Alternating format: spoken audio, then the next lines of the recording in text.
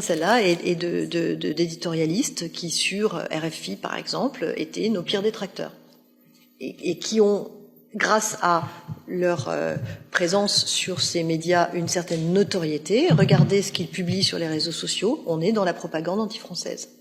Or, ils sont crédibles puisqu'ils sont sur des médias que nous finançons.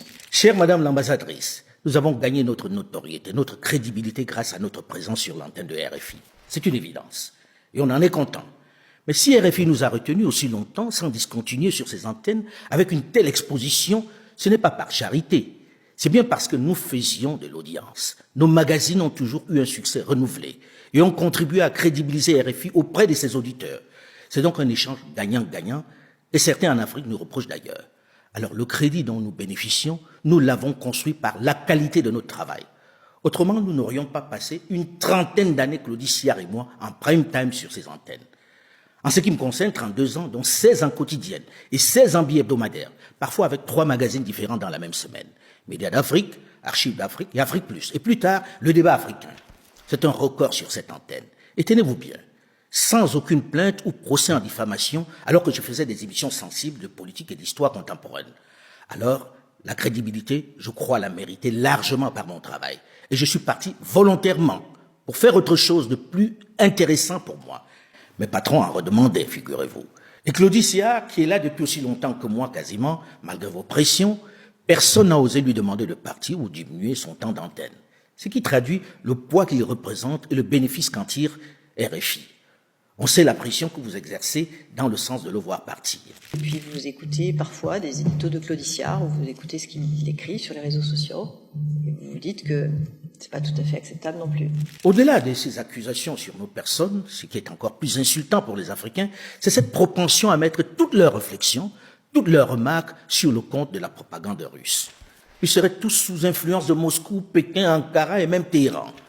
Une infantilisation qui traduit le regard, la perception que vous avez, Madame l'ambassadrice, de l'Africain, et avec vous, vos patrons.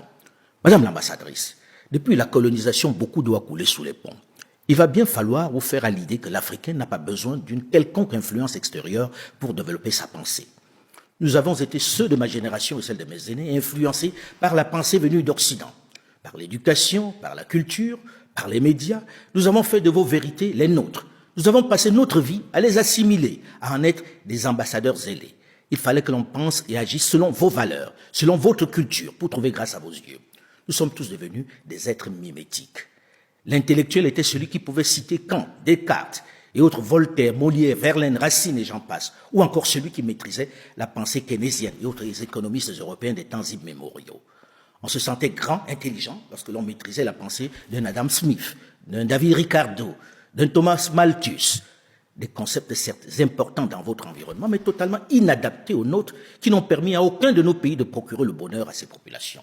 Seulement, à la faveur de l'ouverture du monde, à la faveur des brassages, des rencontres, des guerres faites à vos côtés, nos enfants plus aguerris, plus cultivés, sont débarrassés de ces complexes.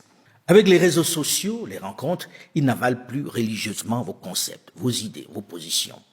Vous avez certainement loupé un épisode de cette profonde mutation.